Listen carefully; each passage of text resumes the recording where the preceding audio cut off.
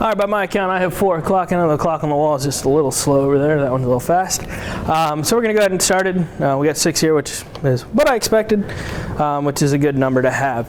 So what we're going to do is we're going to go over a couple things. We'll watch a few plays, and then we'll give away the free swag that I said I have. It's currently in my office. You just have to come down and get it at some point throughout the next week or so.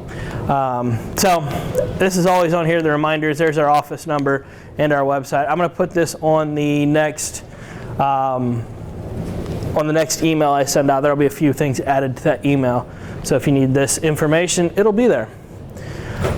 Do Sports Easy. Anybody struggling currently with Do Sports Easy or what we're doing? It seems like we're doing a pretty good job of getting our availability up to date and getting people on, which is nice. Next week, I'll be making that schedule out probably tomorrow sometime. Do you have a question? Yeah, do you have to update your Sports Easy every week, or does it stay the same? If your weekly schedule, and this is what I can't remember, you can set the repeating weekly schedule, and then there's sometimes you have to go in and take those out and re-update it. If you have issues, give me a call or come into my office, and I'll help you get it straightened out. And the biggest thing I can tell you is, let's say I schedule you for a night, and you see it come out on Friday, shoot me an email right away so I can get somebody else in there if you're having troubles.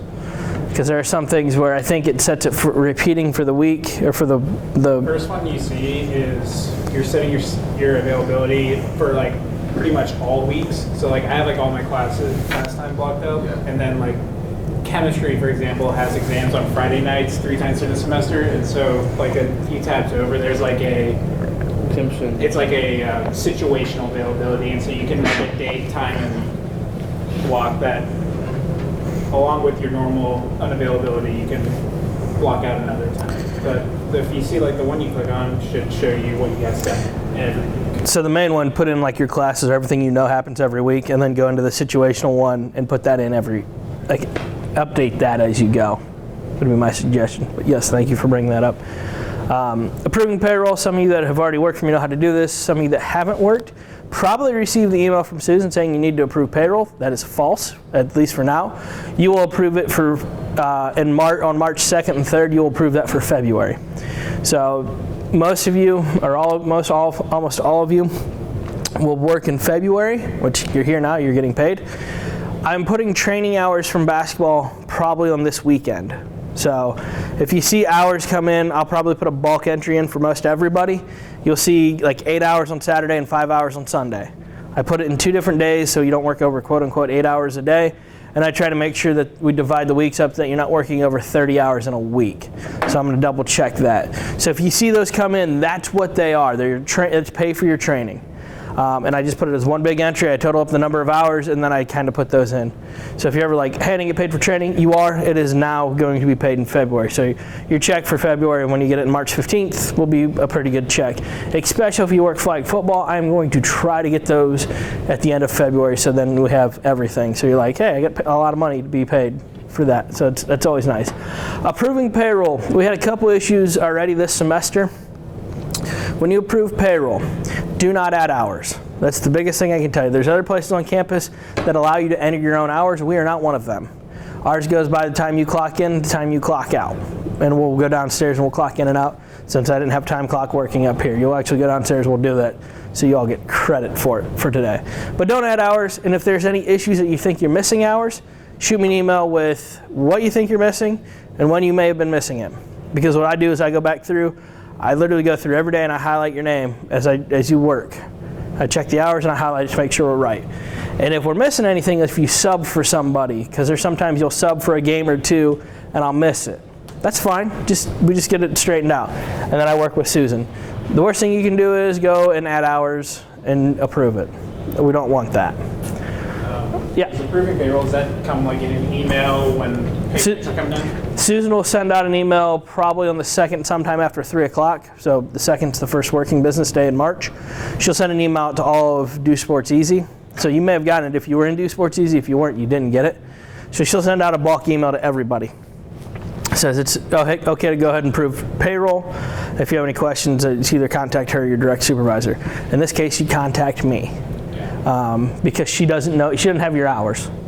I do. And usually I work with her if it's adding hours or taking away or changing codes or whatever it is. Her and I get it done pretty quickly, and it's pretty efficient. So, but yeah, you will get an email of when to approve. So wait for that email. It's usually after 3 o'clock on the first business day. I don't know about paychecks. Do you get an email saying your first paycheck's ready to be picked up? You don't remember? On the 15th or whatever the last business day is before the 15th, if it falls over the weekend, you're able to go pick it up from the Warwick Center in the cashier's office. So you pick your first one up, everything else is direct deposited. So that's the thing. If you didn't pick up your first paycheck, depending how long it goes, if it's more than 90 days old, they'll have to reissue it. Yeah, because I don't think I've ever done it. You may want to go to the cashier's office and double check that. I have nothing to do with that check. All I do is I submit your hours, it goes to Susan, and it goes to like 8 other places in campus, and then they print a check for you. So if you haven't picked it up yet, go to the cashier's office, and they may send you over to payroll to figure it out. I have no idea if you did or didn't. So here are the upcoming training dates for flag football, for 4-on-4, and indoor soccer. I put softball as to be determined because it's a weekend tournament. And quite frankly, I don't know how many I'm going to need. And if we can use our supervisors, we're just going to use our supervisors. But I put that up there as to be determined. Don't necessarily ask off for these training dates, because if I need people to work, and I know you're going to go to training, I'm going to ask you to go work first, and we'll make up training. If you did 7-on-7, 4-on-4 is the light version of 7-on-7. It's the much easier version, mainly because you have no rushing in 7-on-7, so you don't have to worry about like, oh, we got contact online. No, you don't have any of that because they can't rush, the quarterback can't run. It's so much easier to call. We only officiate two person on this and 2-person on this, so basketball is where the bulk of the hours are going to be. This will also be 2-person. So we do have sand volleyball in there, but I'm going to try to get everybody else who did sand volleyball last semester to come back, or at least some of them come back and do it. But those are out there. 4-on-4 flags out at the rec fields, so if you don't know where they are, go down Price Drive, and it's right there all the lights are. And then indoor soccer will be back up here for night 1 and down there for night 2. This will start right away. This will start after spring break. So if you're wondering, this will start the Thursday after, or first practice game is the Tuesday after spring break, and the season kicks off shortly thereafter after basketball is done. So basketball will actually run Monday, Wednesday, and I think part of Thursday after spring break. So there will be some shifts there. Some reminders for basketball.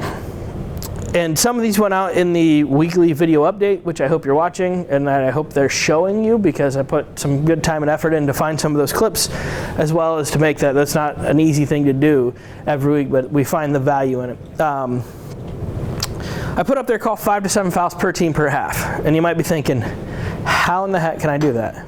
They're there.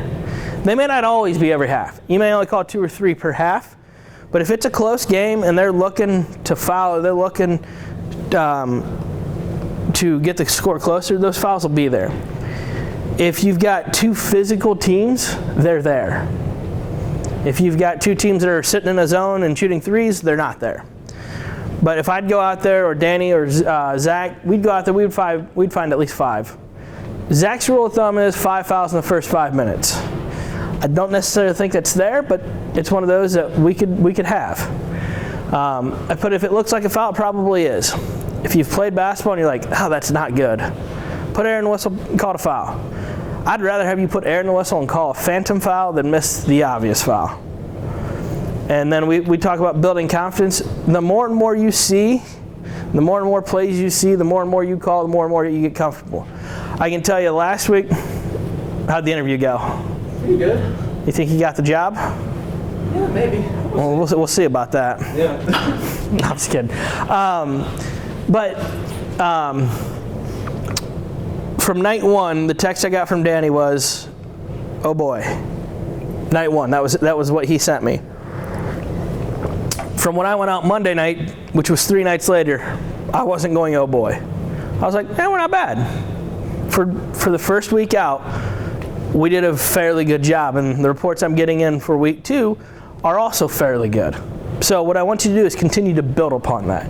And I know we had 1 or 2 people on practice night go, this is not me, this is not what I want to do. That's fine, I have no problem with that. But as you get that confidence, the better and better you get. The other thing I would say is work with whoever the supervisor is. If they're evaluating you, ask them a lot of questions. The other thing we'll talk about a little bit later on, if you have good partners, hey, do you think I got this play right?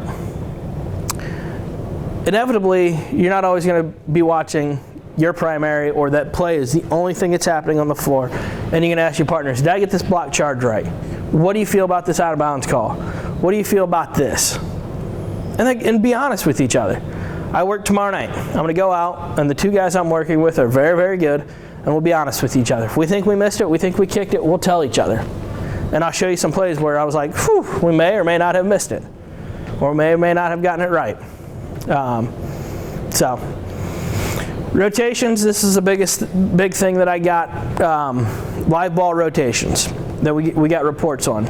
And the debate we had was, how much of this should we teach, and should we teach it all? And the answer we came up with was, absolutely, we need to teach you this. Because rotating puts you in a better position to referee the play. Over-rotating takes you out of position or screws up your partners if you're over-rotating too quickly. So the rule of thumb here is make sure the ball, all 10 players, and your partner are in the front court before you go across that lane. So if the ball's still coming up the floor and I'm already walking across this lane, I'm wrong. I want to make sure that ball gets here with at least my partners. Now, if they have one or two stragglers in the backcourt, let them go. But if the ball gets kicked over here, my partner's in the front court, and my partner has a competitive matchup over here, I'm going to go ahead and go over here. Now, if my partner is the only person that has a competitive matchup right here, and everybody else is over here and that ball's going to get swung back around, pause. Read the play. If you played basketball, or if you watch enough basketball and you know that play might come back around, and you've got your two post players right here, just take a pause and look to see, hey, is this where they're going to post up? Now, if these two post players move on over, I want to follow them, and I'll rotate over, and I'll set up shop to watch them, because that's where my matchup is. Rotate with a purpose. This is one thing I struggle with. I'm like, when I go, I'm like, do, do, do, do, do, do, and next thing you know, I'm running across the lane. Move with a purpose. Move to improve. I kind of am a little bit slower when I rotate, and I'm working to try to figure out how I can do it better. If your partner misses a rotation, you need to let them know. How would you let your partner know if you missed a rotation, or if they missed a rotation?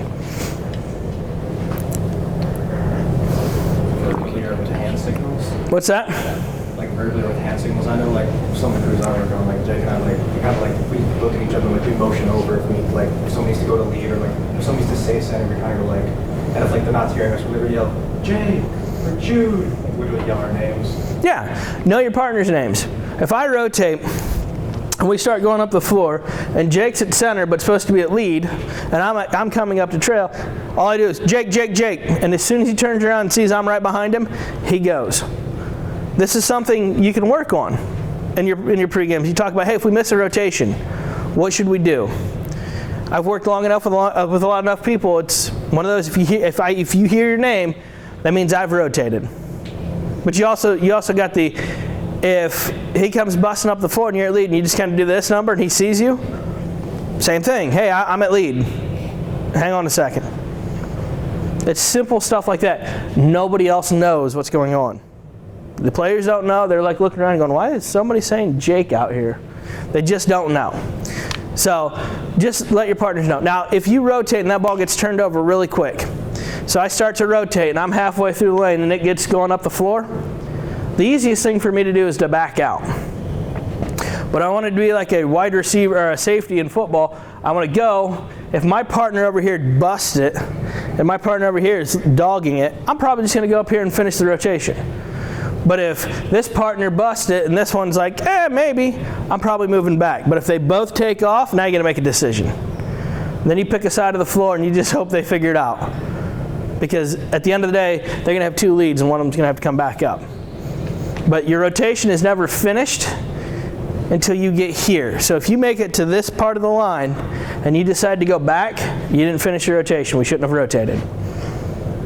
So work with everybody. I work 2 nights a week, work 4 games a week. I bet we miss rotations 2-3 times a game. When I say we miss them, we rotate, something happens, something funky, we talk to each other, we fix it. And we put ourselves quickly in the right position. We don't be like, Hey, Jude. Okay, you're not gonna go? We fix it quickly. We make quick decisions.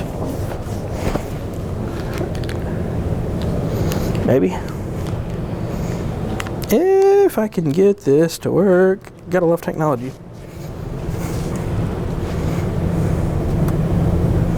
Uh-oh. All right. So, reminder for the quizzes. These were sent out because we're going to do the quiz right after this. These were sent out by Jessica on Thursday last week. They're due by noon on Wednesday, so you're late if you haven't done them. If you haven't done it, do it, and I'll tell you why.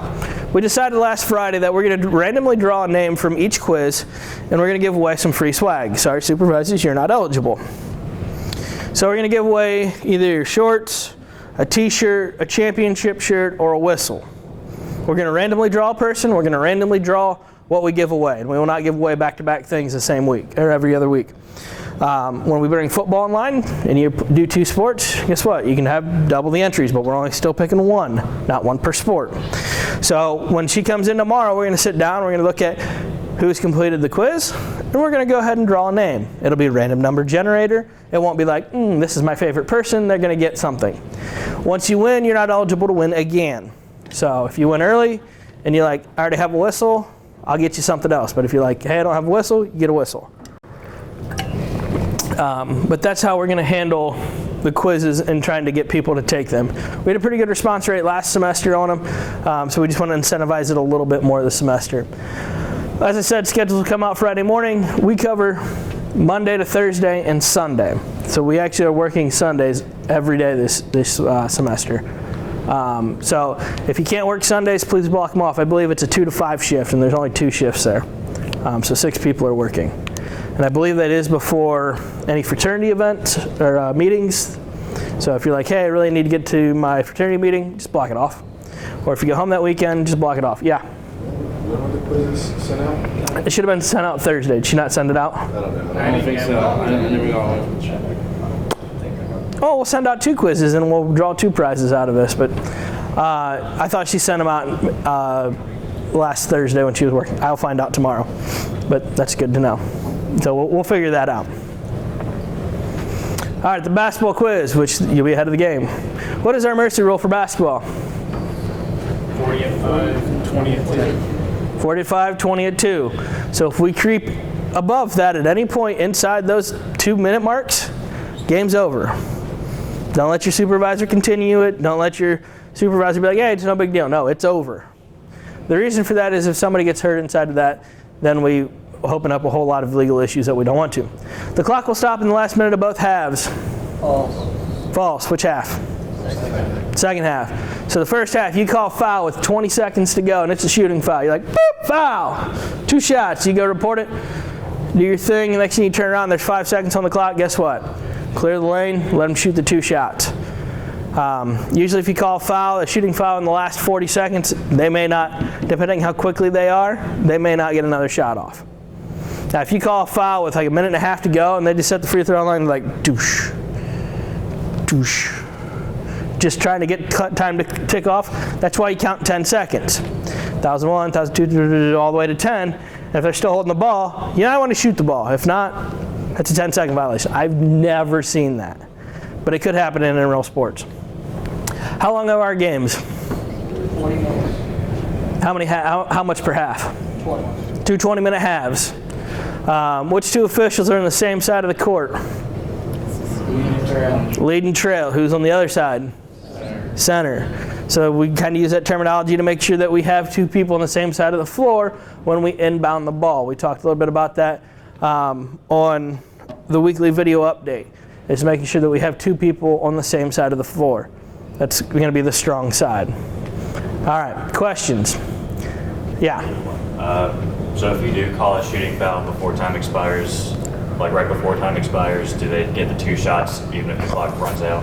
Yeah. So when the clock runs out, they're on the lane by themselves, kind of like a technical and intentional. Yeah. 2 shots, 1 shot, whatever it is. If you're down to like 4 seconds and you're getting ready to shoot the last one, it's tough because they could quickly throw it up there, but you're not gonna have enough time. Just let the buzzer go off and clear the lane.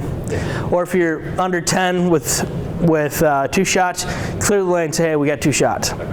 and then wait for that horn to go off, then give it to them. Gotcha. But yeah, it's a good question. That's one of those, it's tricky because it's like, at what point do we just clear the lane and say, all right, we're going to go to half? I know I don't do this pretty much at all, and I don't think I see it often. Lead switching sides. Rotating? Yeah, to strong side. Mm-hmm. I feel like, I don't know. I know I try to stay more in one spot just because it moves back and forth pretty consistently. Mm-hmm. Do you have any suggestion on if you should be, how often? I can't give a definitive this number of times per possession or that many, because what may happen is if the ball stays on this side, you're going to stay on this side. You're just going to work from the lane line out to the three-point line. You're just going to work that. But if it goes across the court and goes below the free throw line, you probably should go. So if they pass it across, you stop and check. If they pass it down, you should probably go. Now, if they're just passing the ball across the top of the arc, don't be like, tick, tick, tick, tick, tick, tick. That's not going to be good. If there's a big person posting up, you want to see that post move, especially if they pass, and then that person's like right here on their hip trying to get the ball. You may want to get over there, because then that gives you, instead of this angle, so I'm looking through players, I'm stacked, it gives me this angle and I see space. So if you're not rotating that much yet or at all yet, I'm not worried. But think about it as like, hey, what can I do to put myself in a better position to see a play? If you're ball watching, that's a problem. I should know, if I'm watching here, I should know where that ball is. And I should feel how players are setting up to if I need to move. Intramurals is tough because they don't have set plays. They're not like coming out there going, hey, like 2, and then go pass the ball or whatever they call out anymore. Right. They don't have that. They just kind of like, hey, pass and cut and hope for the best. But if they do have some kind of set play where they're like pass, try to get to the big person, so it's kind of feel for the game. If you do rotate, just be decisive about it. Like, just do it. If you want to do it, don't hesitate. I've noticed a couple of people just kind of waiting in the weird, like, underneath the backboard, and that's just awkward for everyone. So just, if you want to go, just go. If you go and you stop and you're like in the middle of the lane, you're like, you're wrong. I call that the no-fly zone, or the no-standing zone, I guess. Yeah. Don't stop there. Go to one side or the other, because then that tells your partners where they need to be. But you'll pick that up. You'll think next time you work, hey, can I rotate? Should I have rotated? Can I try rotating? When it's a blowout game, try it, because that's where I start working on my mechanics. If it's a 40-point ball game, I start doing different mechanics that I want to try. Sometimes it's always using the left hand. Sometimes it's always using the right hand or the outside hand. I try different things to put into my game. Now, I'm not saying you're that far in your game, but rotating, or if you're counting up, coming up the floor and going 1,001, 1,002, and you're watching the clock because you know this person isn't going to travel or double dribble or anything, then you can do that. That's kind of what I do. All right, I got a bunch of plays. There are a couple plays that I clipped from games that I had, so I can show you different things. And then we'll have a couple plays to where that's how you're going to win. You make the call kind of thing. You'll see it once, and you tell me what you have.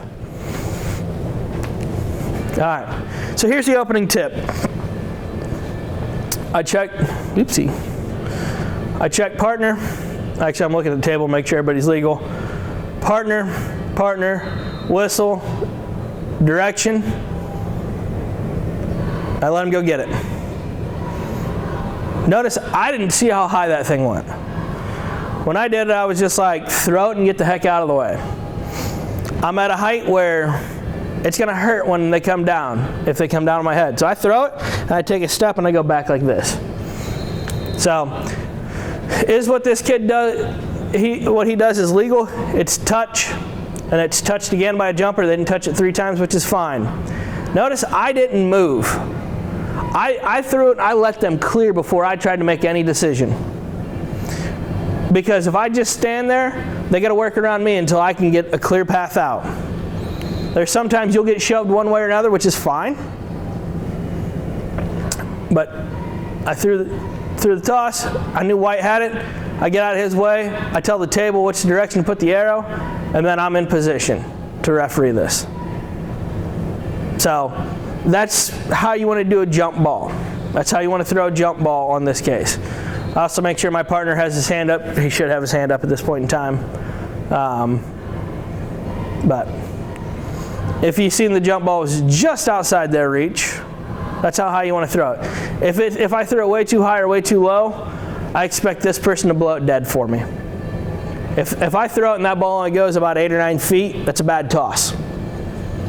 In this game, I needed to get about 11 or 12 to let these guys go up and get it.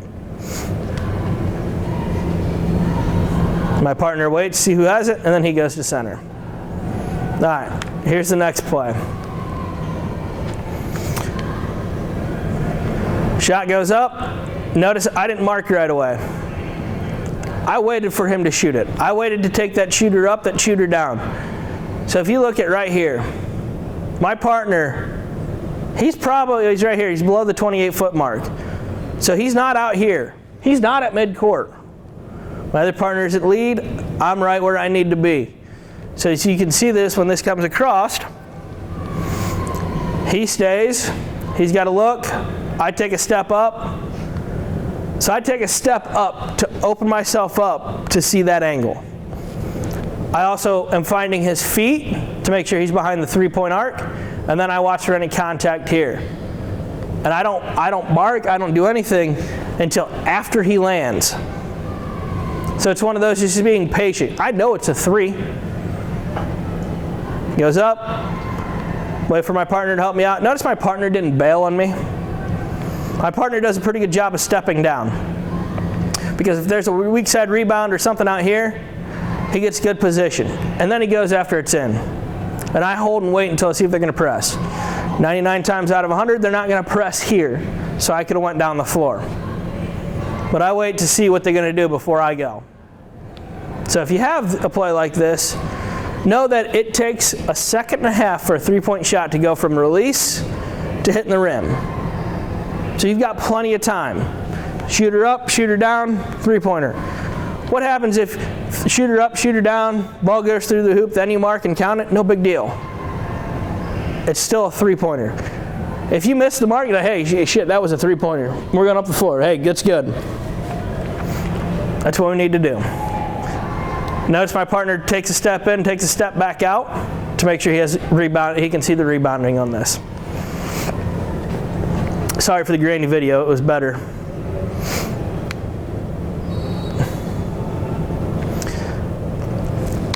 The reason I show this one, it's actually a lot clearer when it's not clipped like this. So right here, he puts his forearm into him and forces him. Best 2 players on the floor, bar none, no questions, right here.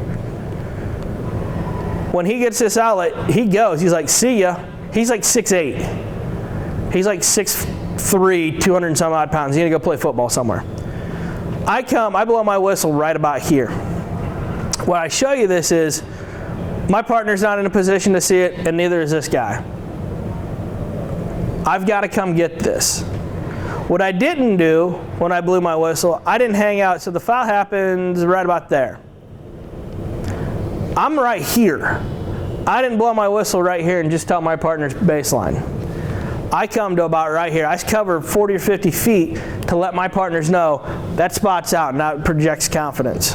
And they know I saw it. And they know I get closer to the play. So if you do have this and you have to go a long distance to go get a play, that's fine. If you see this, he's looking through the side and so is he. I've got the best look at this when he puts his shoulder down and it extends. I've got the best look, so I come and get it. So that's what I want you to do. I have no problem you calling this from 40, 50 feet away. I just want you to come get it. And notice I clear these players as well. I get out wide. This game was actually an upset where black beat white at home. I mean, it was a pretty big upset. They won by like 5. All right, watch this play right here.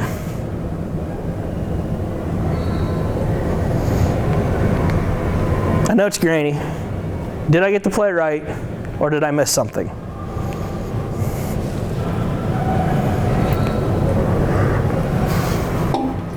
Well, I did watch it one more time.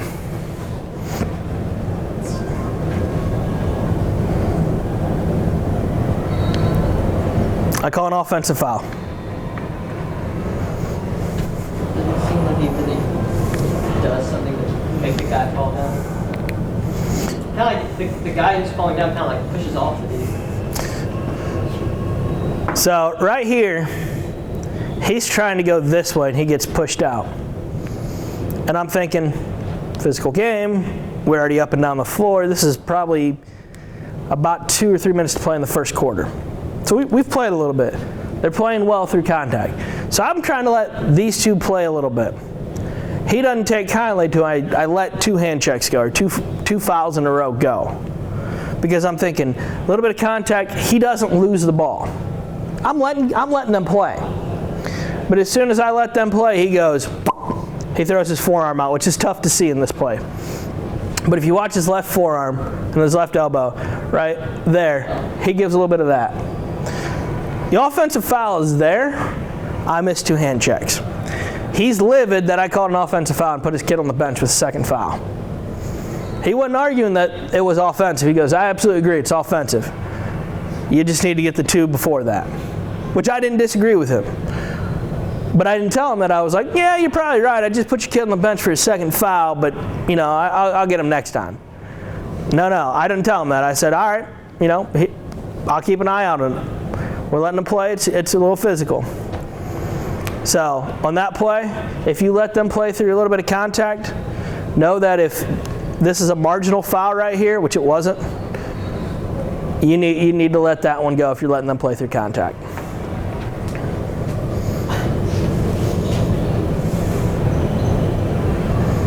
So this one I'm going to show you a rotation. Hopefully it rotates better. It goes back here. So my partner, he comes over because I've got competitive matchup. I can see space. He's got really nobody in his primary except for this, and this guy's going to come over here to be on this block. I've got this matchup not really engaged. My partner's got this matchup that's cutting through. So he's coming over to rotate to help me out. The other rule of thumb is if your partner or your center has a count, you want to go over there and help them. So if they get trapped right here and they get a count, you want to rotate over to help them out, to have 2 people on that side. So they're not trying to come up here and then get back down, come up, come back down. So when I put a count on this, is really when he decides to come over. They turn it over quickly. Notice, he stays. It was like he rotated, he was almost finished rotating, and they turn it over. We worked well enough together that I knew when he came, I had to go. This is a 94-foot floor, it's a long floor. I knew I had to go on this play. So I'm thinking, oh crap, here I go, I gotta run. So, and I'm fine with it. I'd rather have to run more than have a partner that doesn't rotate. So, I'm picking up my matchup, I'm here, we settle in fine. And we have no issues with that rotation. So this kind of, hopefully it'll help you a little bit out with rotating is, he saw the play curling, he saw that I was getting ready to have a count, he thought, hey, I need to go. Because the ball drops below the free throw line over here, right there. So he knows he's rotating. As I said earlier, the more and more plays you see, the more and more comfortable you get with it, the better off you are. Right. You may go and be like, and just not rotate, and then you're like, crap, I probably should rotate it. You may do it 2 or 3 or 4 times in a row. Just make sure you recognize it and get it. All right, so this is going to happen somewhere around in here. You can see the clock is getting down.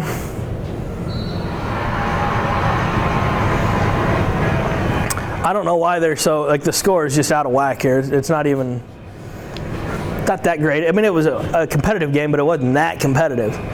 So what we have here is we're getting down to it. They're setting up. This is my matchup, so I'm watching this. As soon as they release, I know it's me. He actually gets hit in the head here. Notice when I call this foul, I was like, boop, and I froze. I didn't run away. I didn't run this way. I didn't run this way. I didn't run through him. I watched because I had a player on the floor after he just took a shot to the head. The kid comes up, he swings, hits him right here in the head. The kid makes a great athletic play to make the and one. So I just hold on this and wait. And make sure he's fine. He doesn't get up and try to do anything to this kid, and this kid just walks away. We also had the reaction by the bench. I didn't really see this the first time I watched it. But they come out a little bit, but they got themselves back, which is fine. So it's no big deal. our bench decorum, we'll talk about that in just a minute before we leave. The other thing, like I said, I don't want to get hit. I go around the players. I give the end one. Notice the foul reporting area. I know I'm walking and talking, and you shouldn't. But look where I am compared to where we normally report fouls. We normally report fouls right here. It's my show. Boom, score the bucket. White 22 or blue 22. Hit 2 shots, or I push on this one, whatever I called. It's my show. I want people to know what I have. So when you do that, let everybody know what you had. You already put air in the whistle. You're going to have to tell them anyway. So,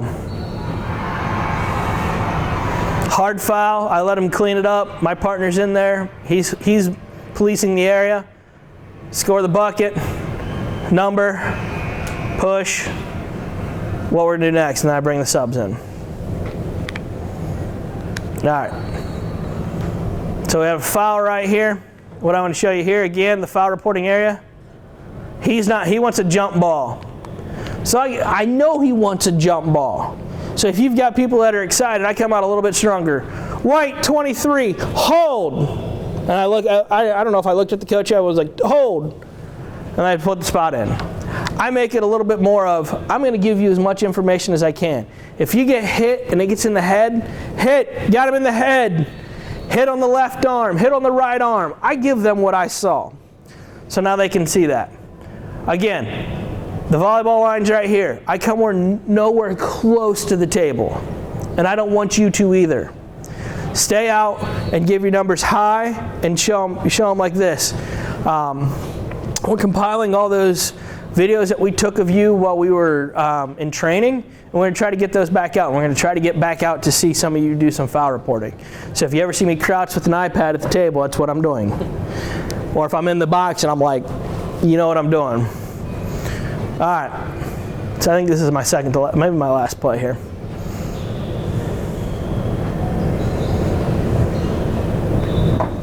So ball goes out of play, partner calls it, gives a direction. The other thing, sorry I missed here. We'll watch it again. So watch this. Watch these two right here.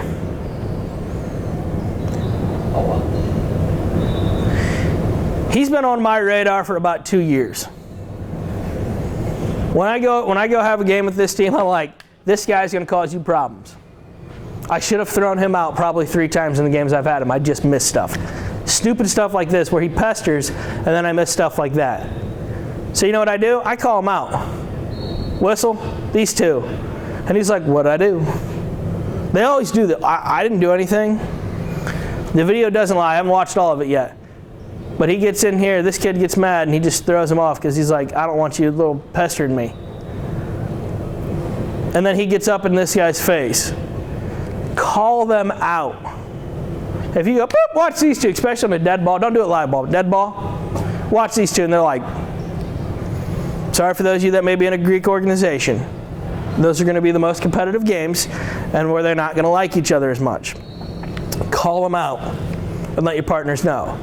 And then when you watch them off ball or dead ball or whatever it is, put air in the whistle and give them a technical if you have to, if they keep doing what they do. All right. So team benches before I get on, you make the call. We've had a lot more technicals on team benches this semester, this year since I've ever been here. It's not a bad thing. It's a good thing. You're giving out technicals. You're like, yeah, use this thing. Perfect, I want you to. I also want you to utilize your supervisors. If you give out a technical, try to figure out who said it and know what they said. It's tough if they've got 25 people in there and you hear, ref, you suck. You're going to be like, who said that? And try to go find them. Was it you? Was it you? Hey, would you say you suck again? Would you say you suck again? So I can kind of get the voice down.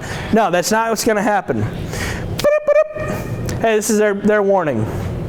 Captain, keep your team bench in line. I can't do anything, I'm playing. You're right, you can't. Whack, technical. One more, you're gone. Work with them.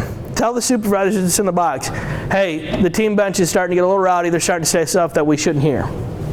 And give them a warning. And tell the captain. That's kind of where that captain's meeting comes in. This is where it's most effectively used.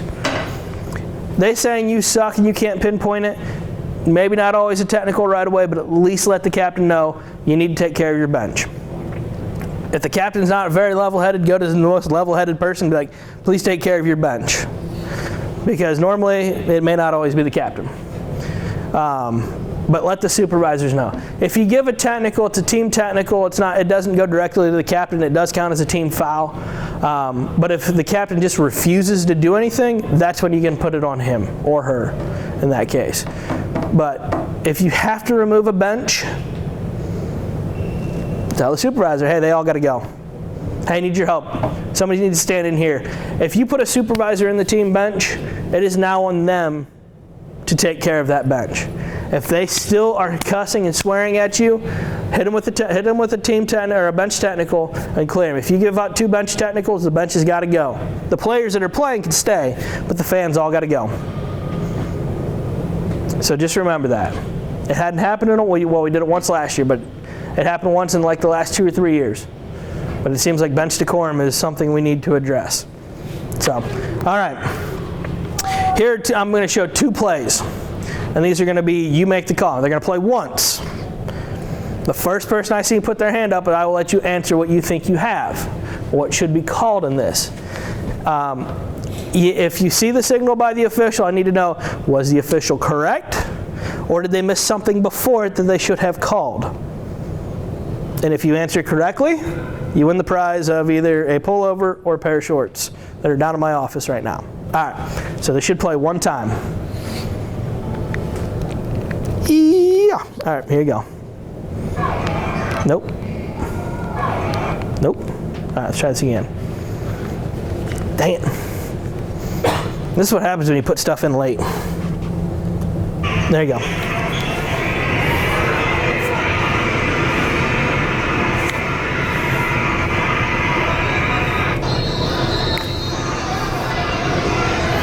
You have a double dribble? Watch it one more time. You say double dribble.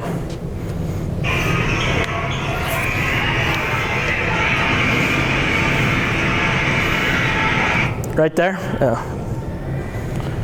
So there's a double dribble that happens. Let's see if I can pause it. Right there. He comes together, puts it back to the floor. Now, if you hadn't seen the score yet, it is tied currently at 61. Let's see.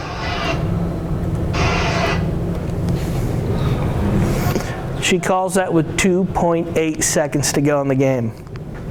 That's a big call.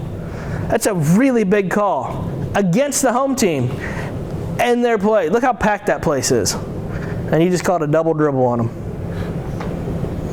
That's confidence right there.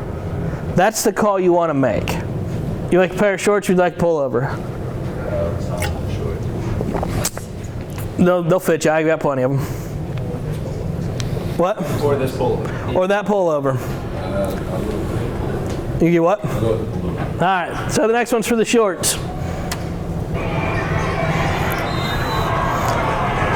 The whistle's off on this one. All right, one more time.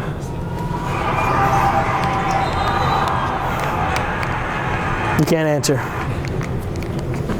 Sharp. Why? Because he was in a defensive position and he didn't create the contact. Was he moving forward at the time?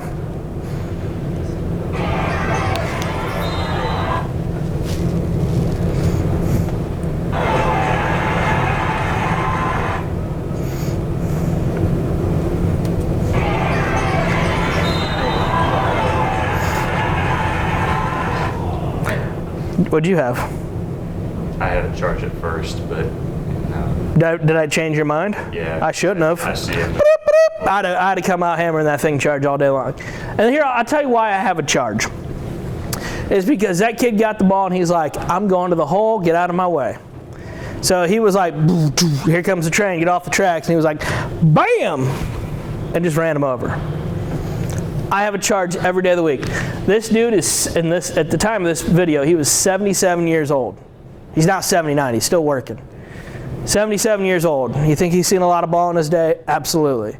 He comes out and he's just like, and I was like, yep, agree with you. So it's one of those that absolutely 100% a charge. Kid gets trucked. You see the coach? Yeah. All right, we'll play the coach's reaction through right here.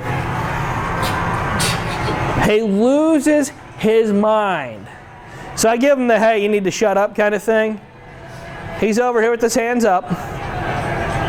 It'll move, hopefully move here in just a second. I tell him put his hands down. We can have a civil conversation. I pretty much told him the guy was 77 years old and wasn't going to change his mind, but we didn't have that conversation. He's still talking to me. Coach, put your hands down. All right, here's what we had. Here's what it's going to be. It was a charge. He was there. He was set. Notice he didn't like my explanation. But what I didn't do was go over there and be up in his face. Calmly, and this is how you can react to players. Calmly here. I explain right here. I know I know he dropped a few F-bombs in this one, but it's only he and I that can hear this. Because we'd met later on in the year, and he dropped a few more F-bombs after he told me I effing suck. But it was all right with me. You laugh, he did, and I was like, damn. I looked around, and I was like, He looked like he would do that. I literally, he did this like 2 weeks or 3 weeks later, told me I sucked, and I looked around, I was like, damn, I can't do it. I looked around to see if I could throw him out, but there was nobody there to corroborate what I had, so I let him go. They ended up losing the game, so I didn't care. That's called justice right there.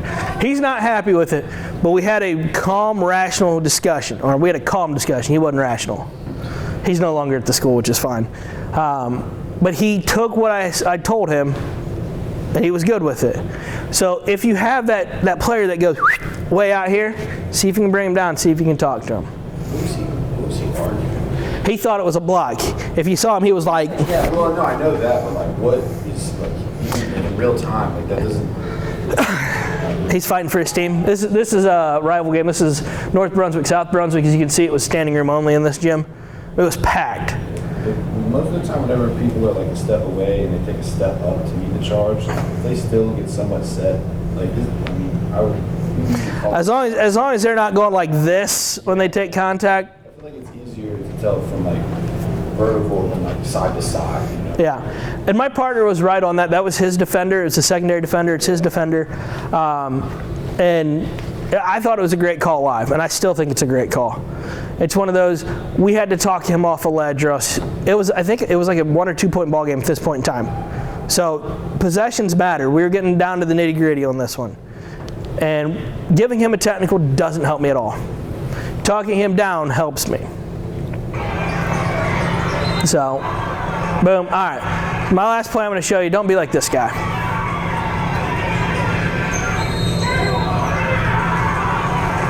Don't be like that guy. You may think, he calls a player control foul on this. Yeah, that was a... I thought you were mad that defender went straight. I didn't even notice it was a player control foul. I mean, you look at this. Defender has pretty good verticality for that to be a hit. We were like, this dude right here, captain loses his shit. This is the first half. This guy went nuts. I mean, he may have had hair before the end of that game, the start of that game. He ripped it all out. I mean, he was like, and I was just over there. This guy made me mad in the game, and I just laughed. Like, he just was like, I was like, that's a charge. I thought it was a pretty good defensive play, and I was just like, the dude rode him from like his box line all the way down and kept yelling at him. We had a foul, and he kept riding him, and then he does a double wave off on him, and I was just like, I should probably throw him out or give him a tee. I never did anything because my partner was one of those like, I know it all, I'm cocky, I'll do what I want, and then he calls this a charge. I was like, whew, don't be this guy as a partner. Now, if your partner gets a double wave off, you need to tee somebody up. I need to do that. I failed to do it. But I was just like, how is that a player control foul? Like I said, don't be this guy. Show it one more time. All right, questions? All right, so you'll get the pullover. You have to send me your size. I may have to go pull them, and you get the shorts. So I don't think I have. What size do you want? I think I have yours down there. All right, so what you'll do is you'll go downstairs. You will clock out with our OA.